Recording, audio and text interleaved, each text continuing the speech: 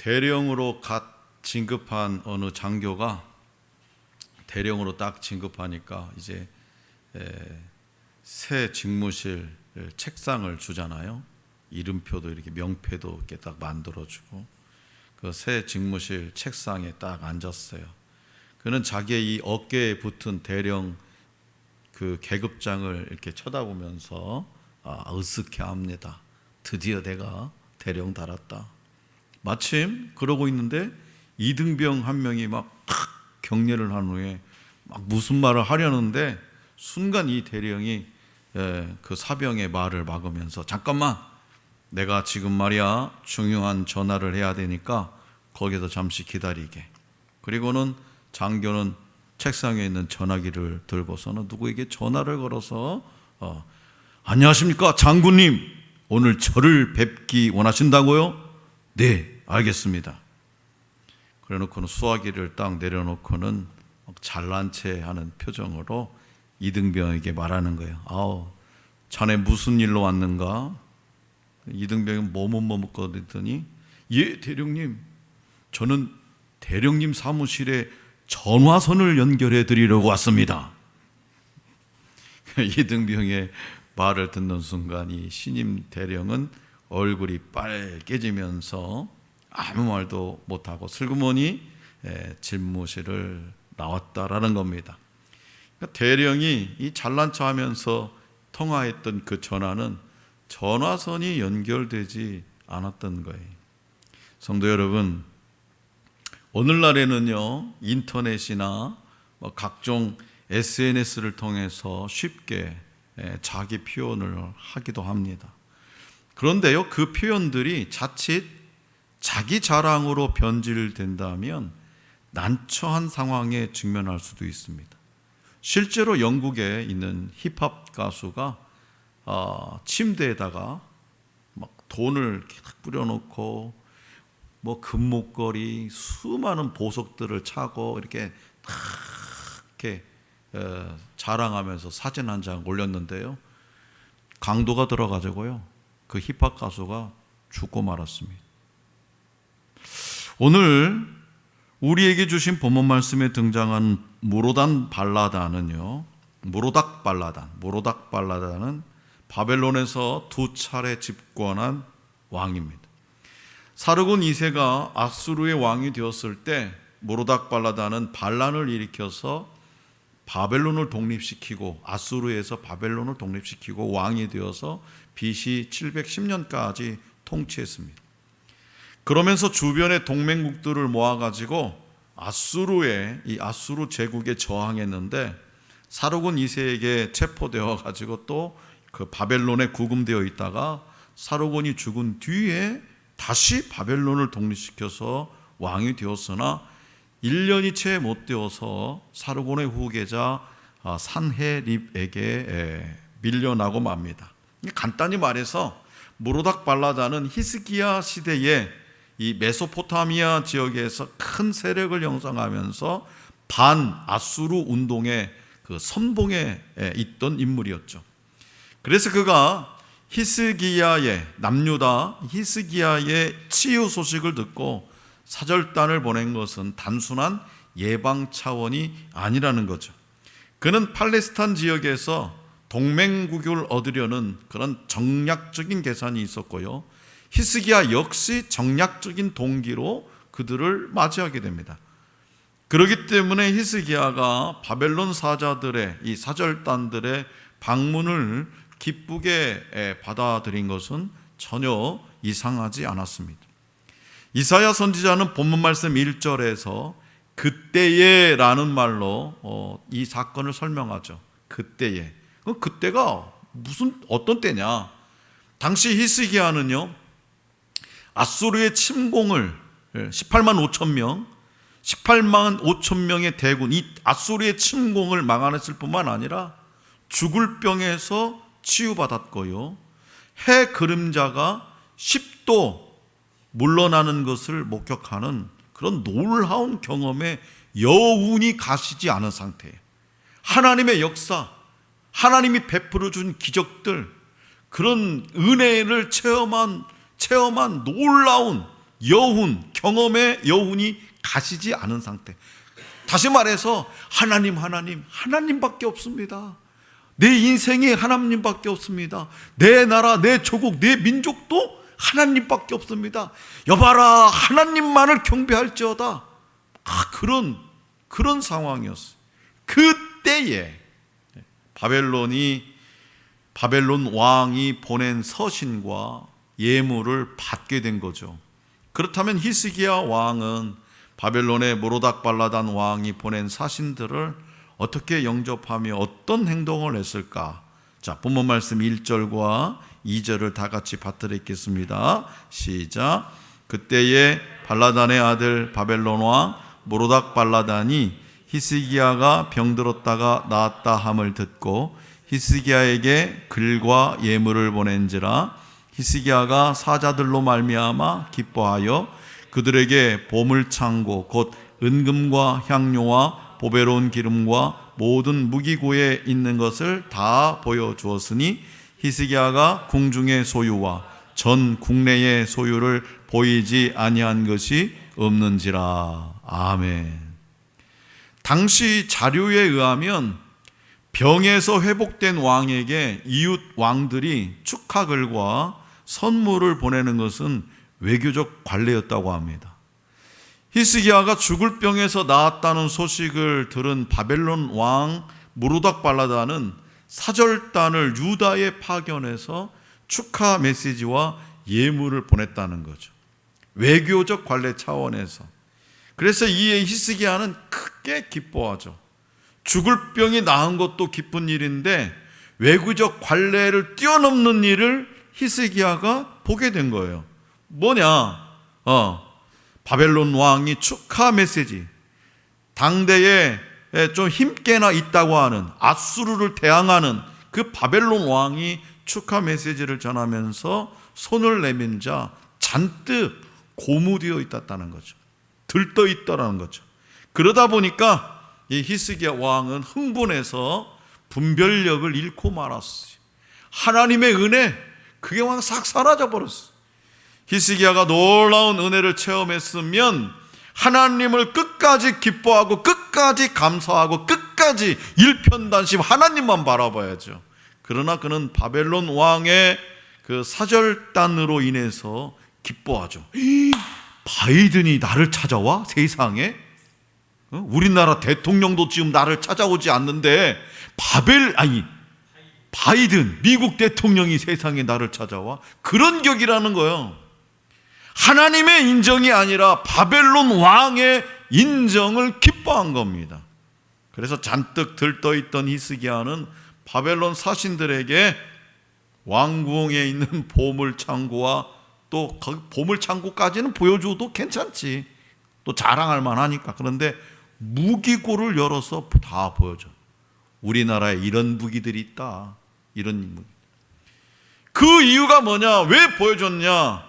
자, 우리 남유다가 이렇게 작고 보잘것없는 나라가 아니라는 사실을 바벨론 왕에게 과시하기 위해서.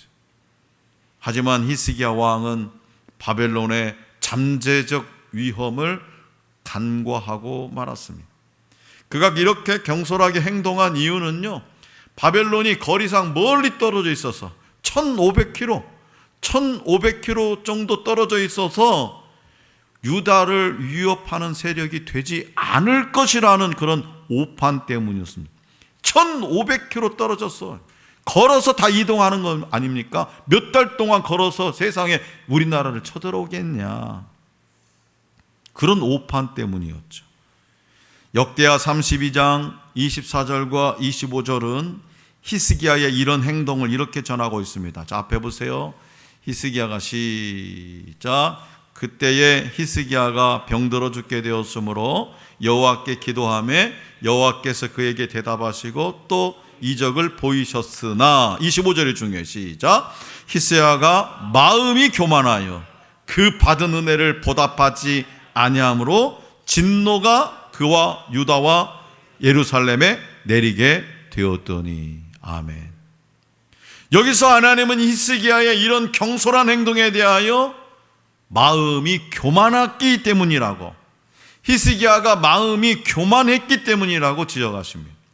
산당과 우상을 제거하고 종교 개혁을 단행한 히스기야입니다. 그런 투철한 신앙조차도 얼마든지 추락할 수 있다고 하나님은 말씀하시는 거예요. 교만한 천사가 타락해서 사탄이 된 것처럼 히스기야의 교만도 그의 신앙을 완전히 무장해제시켜 버렸습니다. 하나님은 이사야를 통해서 히스기야 왕이 행한 일 때문에 장차 이런 일이 생길 것이라고 말씀하죠. 자, 본문 말씀 5절에서 우리 7절입니다. 5절, 6절, 7절 시작. 이사야가 히스기야에게 이르되 왕은 만군의 여호와의 말씀을 들으소서. 보라, 날이 이르리니 내 집에 있는 모든 소유와 내 조상들이 오늘까지 쌓아둔 것이 바벨론으로 옮긴 바 되고 남을 것이 없으리라. 여호와의 말이니라. 또 내게서 태어날 자손 중에서 몇이 사로잡혀 바벨론 왕궁의 환관이 되리라 하셨나이다 하니. 아멘. 히스기야는요, 하나님보다 바벨론을 더 의지했고 자신의 부와 군사력을 자랑했습니다. 이사야 선지자는 히스기야가 바벨론의 사절단에게 나라의 모든 보물과 모기고를 보여주었다는 소식을 듣고 세 가지 질문을 던지죠. 세 가지 질문을. 그 사람들이 무슨 말을 하였나이까? 두 번째는 어디서 왕에게 왔습니까? 세 번째는 그들이 왕의 궁전에서 무엇을 보았습니까? 이 질문들은 이사야 선지자가 그 상황을 몰라서 질문한 것이라기보다는 히스기야로 하여금 스스로 불신앙과 어리석음을 깨닫게 하기 위한 것이었죠. 그러나 히스기야는요, 첫 번째 질문엔 대답하지 않아요. 이는 의도적으로 답변을 회피한 것으로 그들과의 협상이 하나님 앞에서 떳떳하지 못함을 스스로 인식했기 때문이죠. 두 번째 질문에는 자신 있게 원방, 즉 멀리 있는 곳에서 왔다고 대답합니다.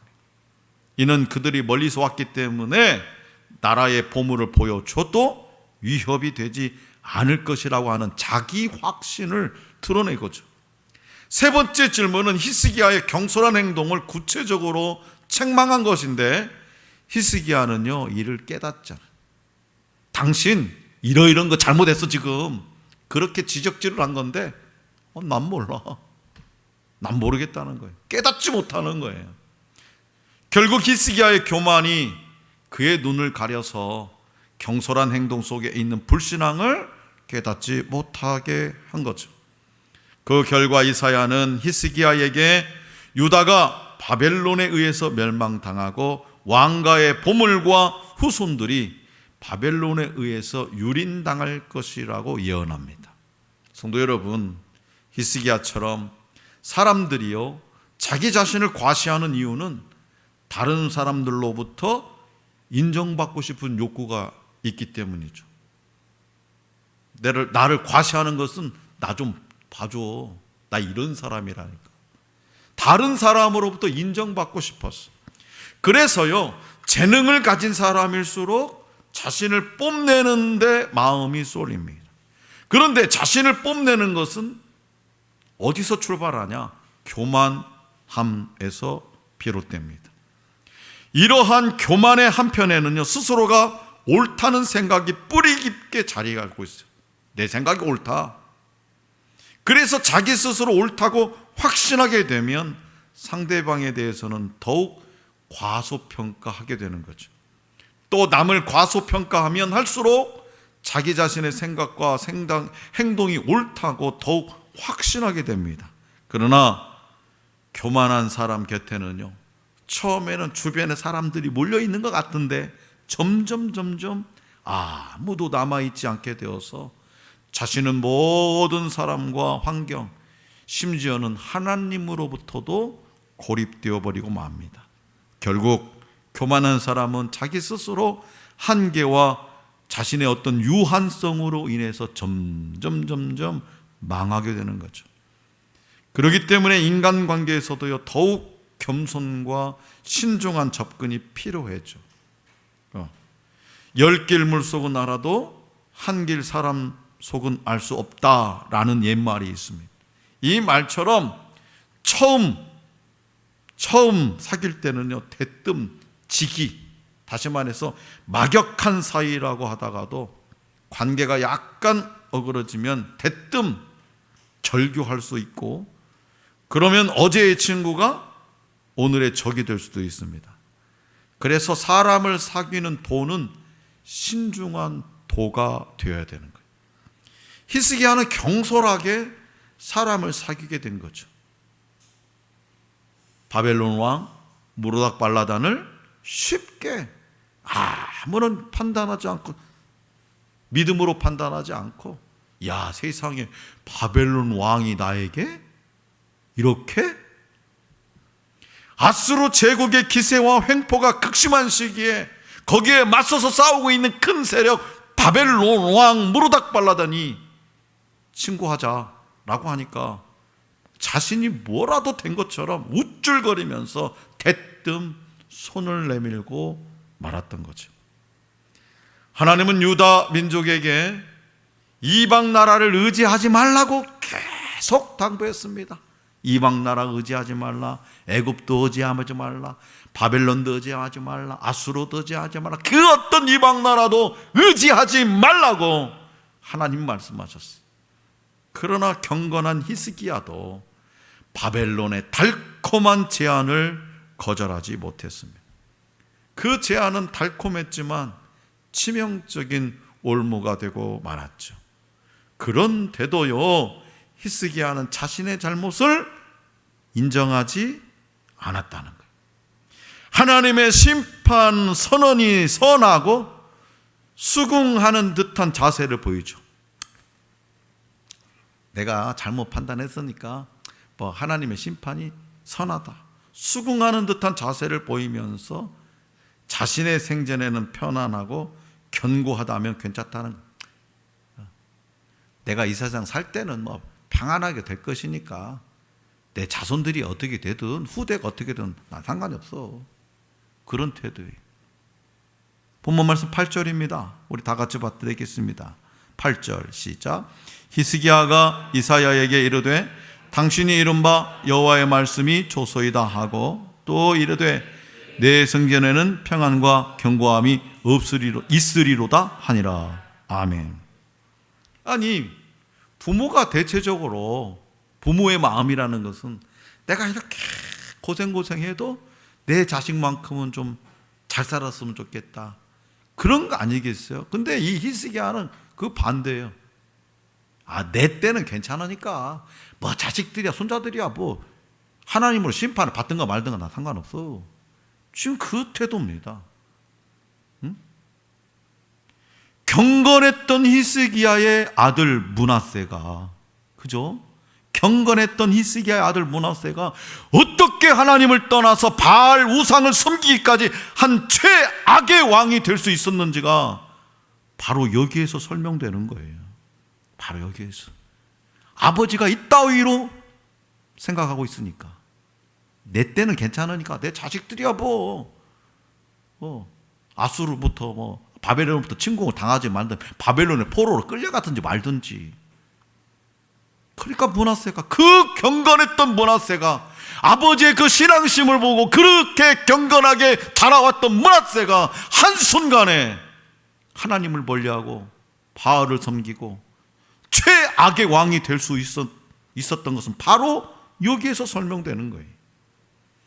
히스기야의 한순간의 경솔한 행동이 후대에 엄청난 영향을 미치게 되는 거죠. 바벨론에 어떻게 끌려갔습니까? 굴비 엮듯이 질질 끌려갔지 않습니까? 발에다 착고를 차고 채찍을 맞으면서 1500km를 그렇게 뚫뚫이 맞아가면서 피눈물을 흘리면서 히스기야 자손들이 끌려가지 않았습니까? 성도 여러분, 이렇게 자신의 잘못을 인정하지 않는 사람들이 보이는 공통적인 특징이 있어요. 첫째, 지적을 비난으로 받아들인다는 거예요. 지적을 비난으로. 둘째는 뭐냐? 문제의 원인을 타인에게 전가시켜요.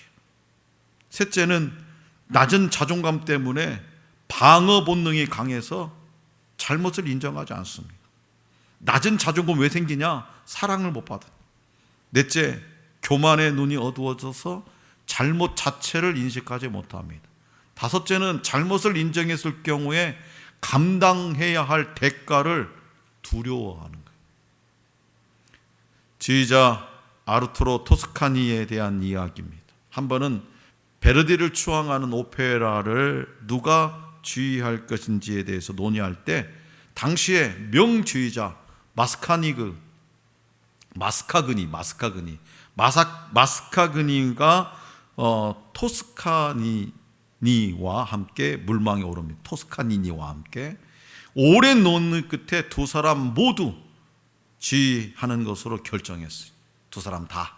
한 번 오페라가 공연하고 말 것이 아니기 때문에 두 사람 다.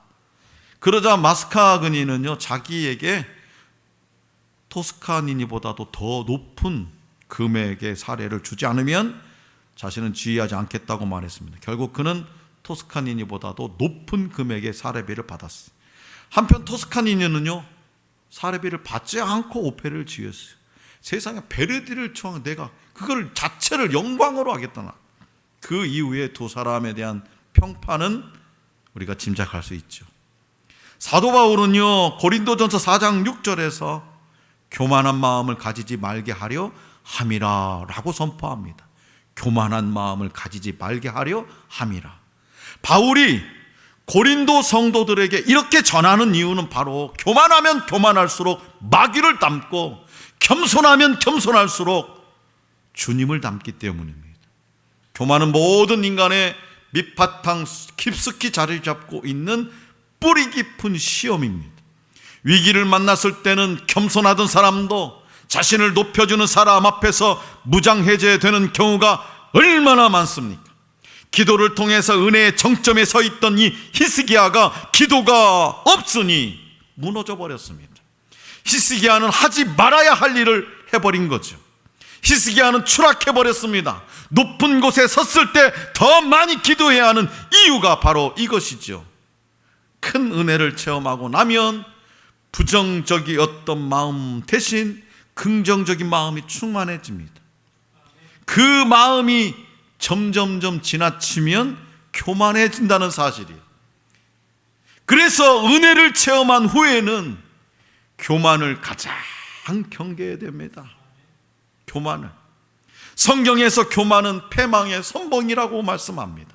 과거에 큰 은혜를 체험하고 헌신한 사역자들이 한순간에 넘어지는 원인의 대부분이 바로 뭐냐? 교만이라는 열매 때문이죠.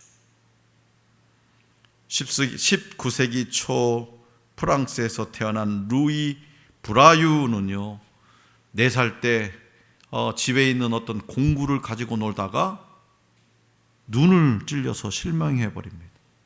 당시 맹인은 교육받을 기회조차 박탈된 채 살아야 했습니다. 점자체계가 어려워서 거의 이 점자책이 없다시피 하던 시대였어요.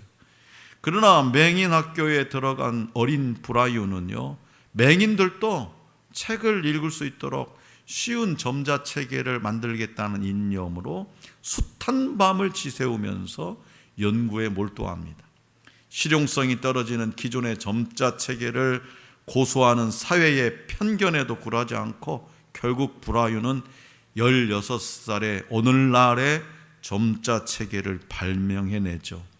그는 이후 맹인학교의 교사로 헌신하다가 이 과로가 겹쳐서 43세의 폐렴으로 세상을 떠나게 됩니다. 그는 마지막 순간에 친구들에게 이렇게 말하죠. 나는 이 땅에서 내가 할 일을 모두 이루었다네. 자, 사랑하는 성도 여러분, 젊은 시절을 불태워서 가치 있는 인생을 산 청년 브라유를 두고 그의 인생은 불행했다고 말할 사람이 누가 있겠습니까? 그는 자신이 하고 싶은 일을 했고 자신만이 할 수 있는 일을 했습니다. 그로 인해서 수많은 영혼을 살리는 가치 있는 삶을 살았습니다. 그가 맹인이어서 짧은 생을 마감했다고 해서 그가 불행한 인생이었다고 말할 수 있겠습니까? 오늘 우리에게 주신 본문 말씀에 등장하는 히스기야 왕이 하나님께 생명 연장을 간절히 구하여 응답받았다는 것을 우리는 잘 알고 있습니다. 얼마나 좋았을까요? 죽을 병에 걸렸는데 기도했더니 하나님께서 15년이라는 세월을 생명을 연장시켜 줬으니까 얼마나 좋았을까요? 얼마나 복될까요? 그러나 그는 생명이 연장되자마자 죄를 짓고 말았다는 거죠. 아이러지하지 않아요? 하나님께서 그 생명을 연장시켜 주신 은혜를 베풀어 주셨으면 하나님만을 찬양하고 일편단심해야 되는데 죄를 지었다는 거예요. 죄를. 평생 거룩하고 겸손하게 살던 그가 하나님께서 이제 네가 할 일을 다 했다, 이제 올라와라, 이제 그만하면 됐다 라는 하나님의 말씀을 거역하고 생명을 연장한 결과는요, 부끄러운 것이었습니다. 그렇다면 과연 진정한 복은 무엇일까요? 우리는 히스기야가 기도를 해서 생명을 연장했으니까 우리도 하나님 앞에 간절히 부르짖어서 복 받아야 된다, 히스기야처럼 그런 복을 받아야 된다고 라고만 얘기했지, 그 뒤의 이야기를 우리는 잊고 있었던 거 아닙니까? 과연 진정한 복은 무엇입니까? 내일을 얻는 것일까요? 아니면 오늘을 참되게 사는 것일까요? 내일을 달라고 조르기보다도 오늘을 살겠노라고 겸손하게 기도해야 됩니다. 육신의 질병을 이기는 신앙은 많지만 마음의 교만을 이기는 신앙은 적습니다. 은근히 스며든 교만 앞에 믿음 좋은 히스기야 왕도 쉽게 넘어지고 말았습니다. 그러므로 풍성한 은혜를 주실 때 교만해지지 않고 나의 따된 것이 하나님의 은혜임을 항상 고백하며 살아갈 수 있기를 원합니다. 경솔함으로 말과 행동에 실수하지 않도록 모든 일에 하나님께 기도로 묻기를 게을리지 않는 우리 모두가 될 수 있기를 간절히 기원합니다.